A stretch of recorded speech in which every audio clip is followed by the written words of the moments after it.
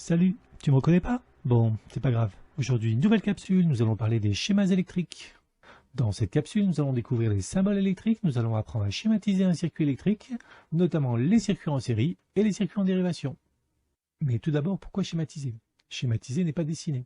Dessiner n'est pas toujours simple et nécessite beaucoup d'entraînement. En électronique comme en électricité, il est donc important de schématiser pour simplifier et rendre compréhensible par tous et donc universel. Et pour schématiser correctement, il est nécessaire de suivre quelques règles. Une de ces règles est d'utiliser des symboles électriques normalisés. Les symboles électriques représentent de manière simple les composants d'un circuit. Ils respectent une règle, une norme. Ils ont tous par exemple un trait horizontal à gauche et un autre à droite, et au milieu le signe, le symbole du composant.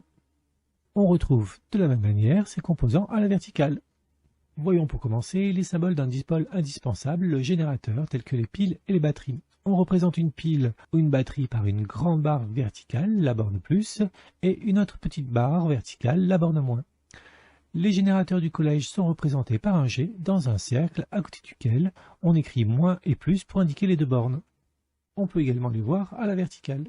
Le symbole d'une lampe, lui, est représenté par une croix dans un cercle. Le symbole de l'interrupteur ouvert montre l'ouverture dans le circuit, alors que pour l'interrupteur fermé, les connecteurs sont bien reliés. On peut également le représenter verticalement. Un moteur électrique qui produit de l'énergie mécanique est symbolisé par un M majuscule dans un cercle à l'horizontale comme à la verticale.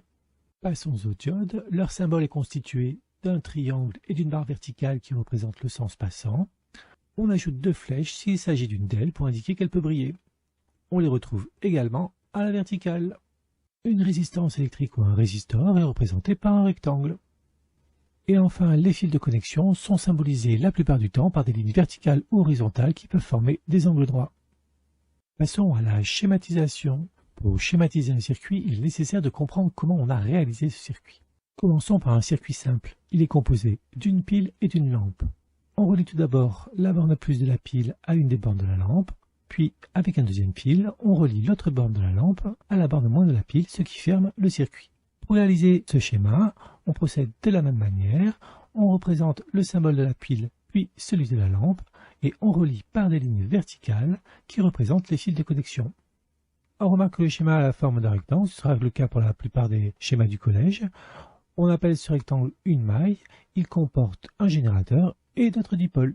Une maille forme une boucle de courant que l'on peut représenter ici en rouge sur le dessin.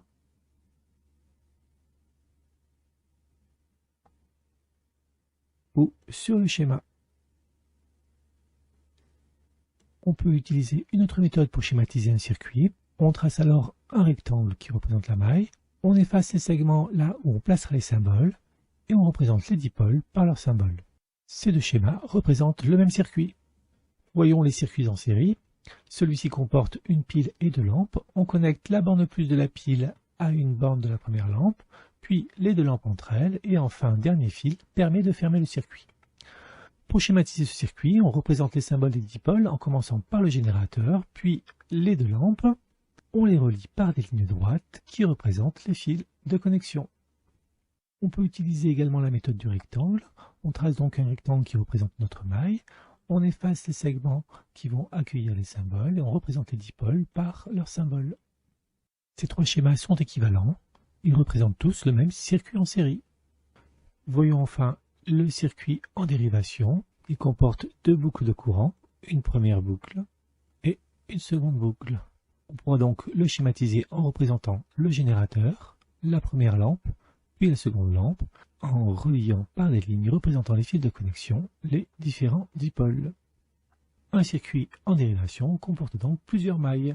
Une première maille ici, que l'on retrouve ici. Une deuxième maille, ici.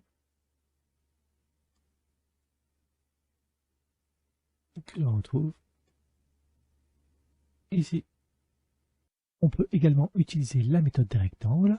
On trace un premier rectangle qui représente la première maille, un second pour la deuxième maille, on efface les segments qui vont accueillir les symboles et on représente les dipôles par leurs symboles. Il existe là aussi plusieurs schémas pour représenter le même circuit. Pour résumer, on représente les dipôles, c'est-à-dire les composants des circuits électriques à l'aide de symboles normalisés. Ces symboles permettent de représenter les circuits sous forme de schéma électrique. On aura des circuits simples constitués d'une seule maille, c'est-à-dire d'une seule boucle de courant, ou des circuits en série, eux aussi constitués d'une seule maille, et enfin des circuits en dérivation qui comporteront plusieurs mailles, c'est-à-dire plusieurs boucles de courant. Et bien voilà, je ne sais pas si tu m'as reconnu, mais c'est fini pour aujourd'hui. Alors je te dis à bientôt pour une prochaine capsule.